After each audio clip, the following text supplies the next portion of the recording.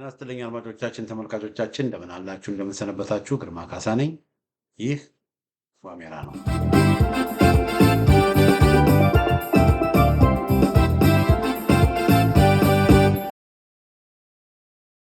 በዛሬው የዋሜራ መርሃ ግብራችን ትኩረታችን የምናደርገው ወሎ ላይ ይሆናል። ወሎ የአፋብኃ ምኒልክ ወሎ እዝ አመራሮች ብስለት ማሳያዎች በሚል ርዕስ ስር አንዳንድ የታዘብኳቸውን ሁለት ነገሮች ላጋራችሁ እወዳለሁ። ማወቅ ስላለብን ስለሚጠቅመን አስተማሪም ስለሆነ ነው። በተለይ ለሌሎች እዞችም አስተማሪ ስለሆነ ነው። በተለይ ወደፊትም ደግሞ ለሚደረገው ትግል ጥሩ ምሳሌ ስለሆነ ያንን ፈለግ መከተል ሊረዳ ይችላል በሚል ነው እነዚህን ሁለት ነገሮችን ይዤ የመጣሁት። አንደኛ ሁለት ማሳያዎችን ነው ይዤ የመጣው። ብስለት እና ፖለቲካ ትግል ብስለት ይጠይቃል። ትግል ማስተዋል ይጠይቃል። ትግል እውቀት ይጠይቃል። ትግል በስሜት በበቀል በእልህ የጊዜውን ብቻ የአጭር ጊዜውን ብቻ በማየት የሚደረግ አይደለም። ትግል ትዕግስት ይጠይቃል። ትግል ማስተዋል ይጠይቃል። ትግል ነገሮችን ከሁሉም አቅጣጫ መመልከትን ይጠይቃል እና የአማራ ፋኖ ምኒልክ እዝ ወሎ ቀጠና አመራሮች ጋር ያየሁት ነገር ይሄን ነው እና የመጀመሪያው እዚህ ጋር የምታዩት በጣም የምወዳት ፒክቸር ነች። እዚህ ጋር የምታዩት ትኩረታችሁን እንድታደርጉ የምፈልገው እዛ ወደፊት ለፊት ሻለቃ ድርሳን ሚካኤል፣ ሻለቃ ድርሳን ብርሃኔ ያለ ሻለቃ ድርሳን ብርሃኔ ጎኑ ከሻለቃ ድርሳን ብርሃኔ ጎን ደግሞ ያሉት ኮሎኔል ፋንታሁን ሟባ ናቸው እና ይሄ ኮሎኔል ፋንታሁን ሟባ በዚህ ሁኔታ ከሻለቃ ድርሳን ብርሃኔ ጋራ እንዴት ሊነጋገሩ ቻሉ? እንዴት አብሮ ሊቀመጡ ቻሉ? የሚለውን ጥያቄ መጠየቅ ነው። እንግዲህ ሀሳቤን የሚጀምረው እንዴት አብሮ ሊሆኑ ቻሉ? ኮሎኔል ፋንታሁን አፋሕድን የነበሩት የእስክንድር ነጋ ተከታይ ናቸው። እስክንድር ነጋ መሪ ካልሆነ ብለው የተነጠሉ ናቸው። ድርሳን ደግሞ የአፋብኃ ወታደራዊ አዛዥ ነው። አፋብኃ ወታደራዊ የሚኒሊክ እዝ ወታደራዊ አዛዥ ነው። የአፋብኃ ጠቅላይ ኮማንድ ማዕከላዊ ኮማንድ ከ13ቱ መካከል አንዱ ነው። እንዴት አብሮ ሊሆኑ ይችላል? ኮሎኔል ፋንታሁንን እዚህ ቦታ ምን አመጣቸው የሚለውን ጥያቄ መጠየቅ አስፈላጊ። አንዱ ብስለት ብዬ የምለው ይሄንን ነው።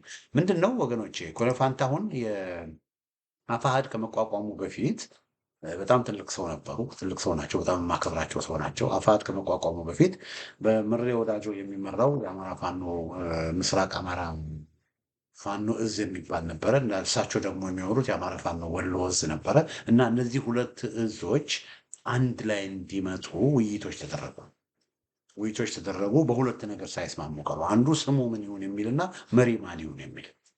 ስለዚህ አሁን በሁለቱ ወዞች ምን አደረጉ? ኮምፕሮማይዝ አደረጉ። ሻለቃ ኮሎኔል ፋንታሁን ግድ የለም እኔ መሪ መሆን የለብኝም ምሬ መሪ ይሁን ብለው ተስማሙ። ተመልከቱ።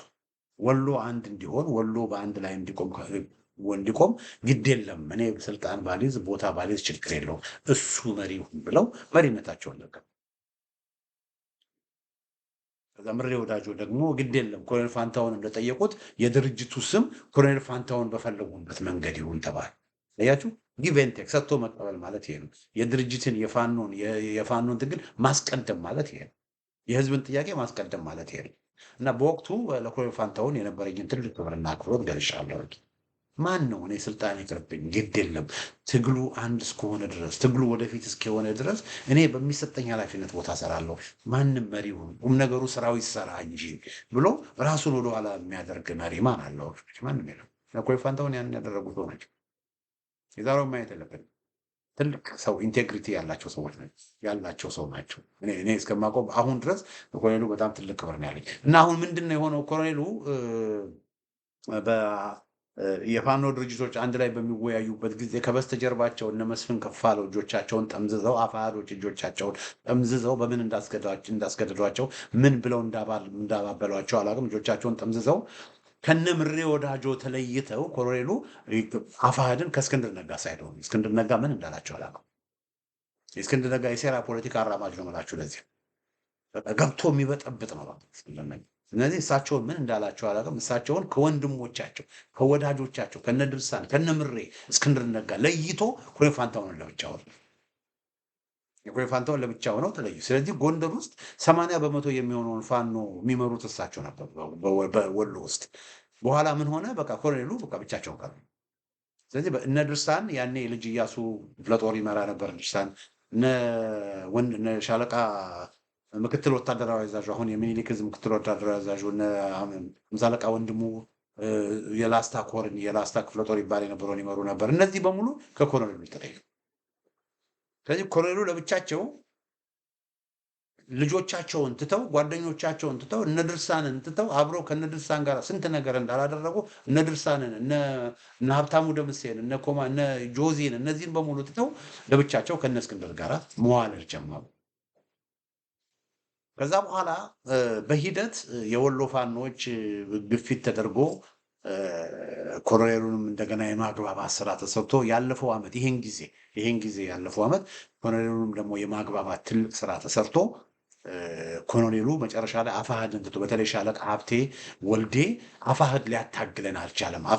በአፋሕድ ምክንያት ጎንደር አንድ ሊሆን አልቻለም። በአፋሕድ ምክንያት ወደፊት መሄድ አልቻለም። ስለዚህ አፋሕድ አያዋጣም ብሎ ሻለቃ ሀብቴ ከአፋሕድ ወጥ ሻለቃ ሀብቴ ከአፋሕድ በሚወጣበት ጊዜ እንግዲህ ሻለቃ ሀብቴ ወልዴ የአፋሕድ ምክትል ሊቀመንበር የነበረው ምክትል ሊቀመንበሩ በእስክንድር ነጋ መሪነት በአፋሕድ ውስጥ መቀጠል ውጤት እያመጣ አይደለም። ድርጅት እኮ የምናቋቁመው ውጤት ለማምጣት ነው።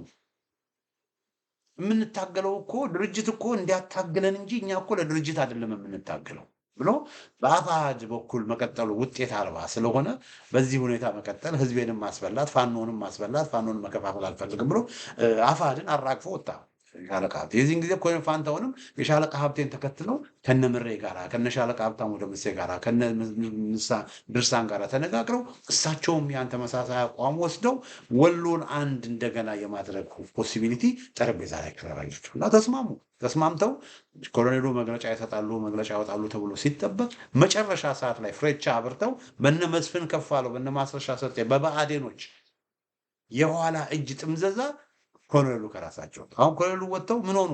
ወሎ ውስጥ ከአንድ ቦታ ወደ አንድ ቦታ ይንከራተታሉ። አብዛኛው በእሳቸው ስር ያለው ፋኖ በሙሉ እኛ ወሎ ፋኖ አንድ እንዲሆን እንፈልጋለን።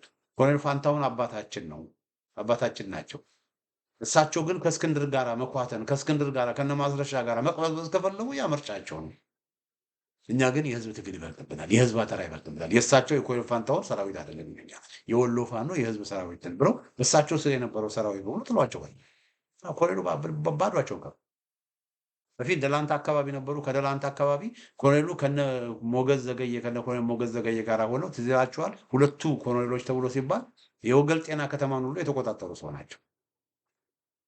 ትግል ሲጀምሩ የፋኖን ትግል እንቅስቃሴ ሲጀምሩ ከእሳቸው ጋር አብሮ ከወረዳ ከቀበሌ ወደ ቀበሌ ሸለቆ ተራራ ሲጓዙ የነበሩት እነ ኮሎኔል ሞገዝ ዘገየ። ኮሎኔል ሞገዝ ዘገየንም ራሱ ኮሎኔል ፋንታሁን አልፈልግም ብለው ከኮሎኔል ሞገዝ ዘገየ ይልቅ እስክንድርን መረጡ። ቀያቸው የሰሩ ስህተት እና ከዛ በኋላ ደላንታ ወረዳ ከደላንታ ወረዳ ዋድላ ወረዳ ወሎ ከዋድላ ወረዳ ዳውንት ላይ የዛሬ 1 ዓመት አካባቢ እንግዲህ አፋሕድ ድርድር በሶስተኛ አካል በኩል ከመንግስት ጋር ሲያደርገው የነበረው ድርድር የተደረገበት ቦታ ማለት ነው። እና ከዳውንት እንደገና ወደ ጎንደር ተሻግረው ኮሎኔሉ ወደ ጎንደር ተሻግረው ታች ጋይንት አካባቢ ተሻግረው እዛ ደግሞ በአፋሕድ እና በምናምን መካከል ጦርነት በፋኖች መካከል ስለ ጦርነት ሲደረግ ያን ሻለቃ ከፋለው ደሴ የሞተበት ሁኔታ ማለት ነው። የዛን ጊዜ ደግሞ እንደገና ጎንደር ለእኔ ሴፍ አይደለም ብለው ወደ መቅደላ መጡ። ደቡብ ወሎ መቅደላ ከመቅደላ ወረዳ ከነ ማስረሻ ሰጤ ጋር ሆነው ከመቅደላ ወረዳ እንደገና ወደ ሳይንት ወረዱ። ከላይ ሳይንት ወደ ለጋምቦ መጡ። ከለጋምቦ ወደ ከላላ ወረዳ መጡ። ከከላላ ወረዳ ወደ መካነ ሰላም ወደ ቦረና ወረዳ መጡ። ከቦረና ወደ ጎጃም ድንበር ጋር ሲሄዱ ከጎጃም ፋኖች ጋር የተኩስ ልውውጥ ተደረገ። የቆሰሉ ሰዎችም ነበሩ። ከዛ እንደገና ወደ ኋላ አፈገፈጉ። ከማስረሻ ሰጤ ከነ ማስረሻ ሰጤ ጋር አብረው ነው ማለት ነው። ካፈገፈጉ በኋላ ወደ ታንች አማራ ሳይንት ሄዱ። ከታንች አማራ ሳይንት እንደገና ወደ ለጋምቦ አድርገው እንደገና ወደ ከላላ አድርገው ደገራ። ይሄ ሁሉ በሚጓዙበት ጊዜ አድማጮች የተመልካቾች እንግዲህ የአፋብሃ ሚኒሊክ ዕዝ አመራሮች ብስለትና ማሳያዎች ብዬ ካልኳቸው መካከል አንዱ ምንድነው? ይሄ ሁሉ በሚሆንበት ጊዜ የአፋብሃ አሳምነው ዕዝ ፋኖች የኮሎኔሉን አካሄድ ያዩ ነበር እና ኮሎኔሉን ከበው ኮሎኔሉ ከ100 ያላነሰ ጦር እና ማስረሻ ሰጥ ያሉበትን ከበው ተቆጣጥረው ኮሎኔሉን መያዝ የኮሎኔሉን ኃይል ደግሞ ዜሮ ማስገባት ይችላል። አቅሙ ነበራቸው። ኃይሉ ነበራቸው። ያችሁ ኃይሉ ነበራቸው።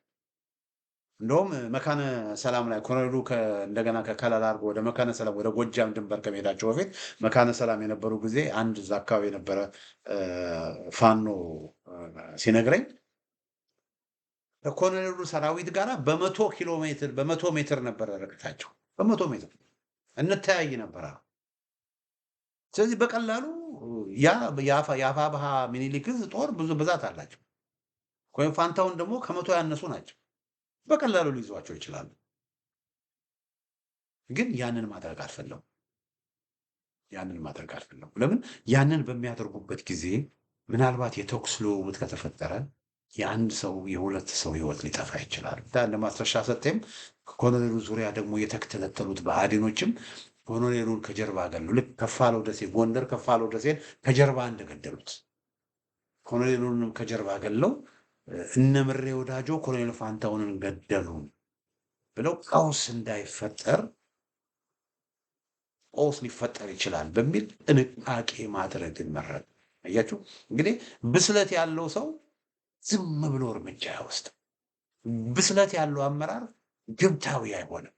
ይህን ብናደርግ ምን ኮንስኮንስ አለው ብለው ዴቨል አድቮኬት የሚባል አለ አይደለ? ጥቅሙ ምንድነው? ጉዳቱ ምንድነው? ከጥቅሙ ጉዳቱ ይበልጣሉ፣ የትኛው ይሻላል ብሎ የማመዛዘን ስራ ይሰራል። መመካከር አለ። ዝም ብሎ በገብታዊነትና በጥጋብ በጀብደኝነት አይደለም ስራዎች የሚሰሩት። እና የወሎ የሚኒሊክ ዕዝ ፋኖች ያደረጉት ኮሎኔል ፋንታሁንን በተመለከተ ኮሎኔል ፋንታሁንን ጉዳይ እንዴት አንድል እናድርገው? ሚሊተሪ ኦፕሬሽን ወስደን በሚሊተሪ እንፍታው? ኮሎኔል ፋንታሁንን በቁጥጥር ስር አድርገን ኮሎኔል ፋንታሁን በወሎ እየፈጠረ ያለውን ዲስትራክሽን እናስቁመው ወይስ ምን ይሻላል በሚል ተነጋገሩና ምን ወሰኑ? አይ የኃይል እርምጃ መውሰድ የለብንም። የኃይል እርምጃ መውሰዱ ለጊዜው ጥቅም ሊያስገኝ ይችላል፣ ግን ኢን ዘ ሎንግ ረን ጉዳት ስላለው ነገሩን እናርግ። በቃ ኮሎኔሉ በሚሄድበት ቦታ በሙሉ ይሄድ፣ ችግር እስካልፈጠረ ድረስ ወይ ፋንታሁን በሚሄዱበት ቦታ በሙሉ ይሄዱ ብለው ተዋቸው። ይሄ ብስለት ነው ወገኖቼ። ከዛ በኋላ ደገር ከተማ ከከለላ ሸዋ ድንበር ላይ ያለች ደገር ከተማ ከመስከረም 14 እስከ መስከረም 30 በነበረው ኦፕሬሽን ፋኖቹ ያንን ቦታ ተቆጣጥረዋል። አሁን የኮሎኔል ፋንታሁን ኃይል ከነማስረሻ ሰጤ ጋር ወደዛ አካባቢ በሚመጡበት ጊዜ ደገር ያለው የአፋብኃ ምኒልክ ዕዝ ፋኖች ደወሉና ኮሎኔሉ ወደዚህ እንምጣ ምን እናደርጋለን? ከዛ እነ ሻለቃ ድርሳን ከተማውን ለቃችሁት፣ ለኮሎኔሉ ከተማውን ልቀቁት፣ ከፈለገ ከተማ ውስጥ ይግባ፣ እናንተ ውጡ፣ ወታችሁ ከዳሩ ነው የሚል መመሪያ ተሰጣቸው። እንዴት ሰው የያዘውን ከተማ አይለቅ? ቀጠና የመጣችሁ ቦታ የመጣችሁ ተብሎ ውጊያ ነው የሚከፈተው። ግን ተመልከቱ፣ አንድ መሬት ከተያዘ ያ መሬት ነገ መልቀቅ ይቻላል። መሬት ይያዛል፣ ከተማ ይያዛል፣ ከተማ ይለቀቃል። ቁም ነገሩ የግዛት የማስፋፋትና የግዛት የማሳነስ ጉዳይ አይደለም። ቁም ነገሩ ትግል ነው እና ለእኛ ደገር ከተማን ብንይዝ ከምናገኘው ጥቅም ይልቅ ደገር ከተማን ለኮሎኔል ፋንታሁን ለቀን ኮሎኔል ፋንታሁንን አሳምነን የኮሎኔል ፋንታሁን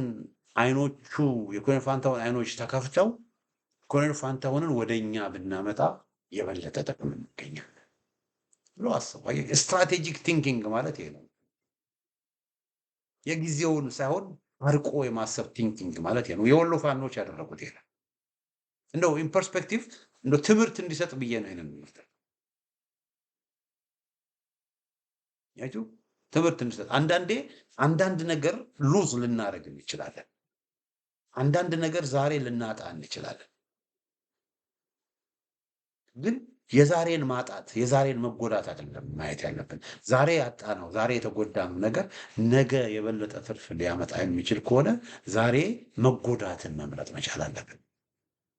ዛሬ ይህንን ነገር በመወሰናችን ልንዋረድ እንችላለን። ይህንን ነገር አንድ ነገር በመወሰናችን ልንሰደብ እንችላለን። ሰዎች ሊንቁን ይችላሉ። ግን ነገ ጥቅሙን ያንን ማድረጋችን ለምን እንደነበረ ሰዎች ሲረዱ ዛሬ የሰደሙ ሰዎች ነገ ያከብሩናል። ዛሬ የናቁን ሰዎች ነገ ያከብሩናል። ስለዚህ የሸዋ የአፋብኃ ምኒልክ ዕዝ ፋኖች ኮሎኔሉን አንድ ላይ ያደረጉበት ሜካኒዝም የአመራሮችን ብስለት የሚያሳይ ነው። ብስለት የሚያሳይ ነው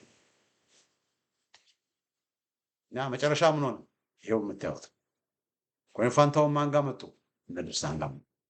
ኮሎኔል ፋንታሁንን ከባዕዴኖች ከነ ማስረሻ ሰጤ ነፃ ያወጡት እነማን ናቸው? እነ ሻለቃ ድርሳን ናቸው። አሁን ኮሎኔል ፋንታሁን ከነ ምሬ ጋራ ከነ ሻለቃ ድርሳን ጋራ ቁጭ ብለው በፊት ማድረግ የነበረባቸውን በፊት እንዲያደርጉ ብዙዎቻችን ስንማጸናቸው የነበረውን ነገር አሁን እያደረጉ ነፃ ሆነ። እኔ አንድ ከፍተኛ የሚኒሊክ ዕዝ አመራር ምን አለኝ? ጋሽ ግርማ ነው ጋሽ ግርማ ነው የሚለኝ። በጣም ይገርመኛል። ወንድም ግርማ ቢሆን ደስ ይለኝ ነበረ። እና ጋሽ ግርማ እኛ ኮሎኔሉን እንፈልገዋለን፣ የሚሊተሪ ጠበብት ነው፣ እሱን ማጣት አንፈልግም እና ይህን ሁሉ የምንለቅለት ቦታውን ሁሉ የምንለቅለት ኮሎኔሉን ማጣት ስለማንፈልግ ብቃቱን እናውቃለን። ተሳስቷል። አዎ ከነ እስክንድር ጋር አብሮ ሲንከራተት አብሮ ሲቅበዘበዝ ከነ ማስረሻ ጋር ሲንቀዘቀዝ ብዙ ጉዳት አምጥቷል። አዎ ብዙ ነገሮችን አበላሽቷል። አዎ ሰው ነው ማይሳሳት የለም። ነገር ግን ኮሎኔሉን እንፈልገዋለን። ጥቅም አለው። ብዙ የሰራ ሰው ነው እና በተለያየ መንገድም ደግሞ እጁን ጠምዝዘውት ነው፣ የቁም እስረኛ አድርገውት ነው እና እሱን ማምጣት ስላለብን ሰውየውን እንፈልገዋለን በሚል ተመልከቱ። ይሄ ሁሉ ነገር ያደ ኮሎኔል ፋንታሁን ይሄን ሁሉ ነገር ሁሉ እያደረጉ አፋሕድ በሚባል ቆሻሻ ድርጅት ውስጥ ሁሉ ሆነው እንደው በጣም ብዙ የተበላሸ ነገር ከ1 ዓመት በላይ ሲሰሩ ያንን ሁሉ ይቅር ብለው የኮሎኔሉን የአሁኑን ስህተት አይደለም የትላንትናውን በጎ ስራ የትላንትናውን መስዋዕትነት ወደፊትም ደግሞ ሊያደርግ የሚችሉትን ኮሎኔሉ ወደፊትም ደግሞ ሊያደርጉ የሚችሉትን በማሰብ በሚል ኮሎኔሉን ማካፍ መቻላቸው ይሄ ትልቅ የአፋብኃ ምኒልክ ዕዝ አመራሮችን ትልቅ ብስለት የሚያሳይ ነው ወገኖቼ። ግን አድማጮቼ፣ ተመልካቾቼ የአፋብኃ ምኒልክ ዕዝ አመራሮች ብስለት ማሳያዎች በሚል ርዕስ ስር ያዘጋጀው ዝግጅት ይህን ይመስላል። በሌላ ጊዜ በተመሳሳይ ፕሮግራም እስክንገናኝ ደህና ሁኑ።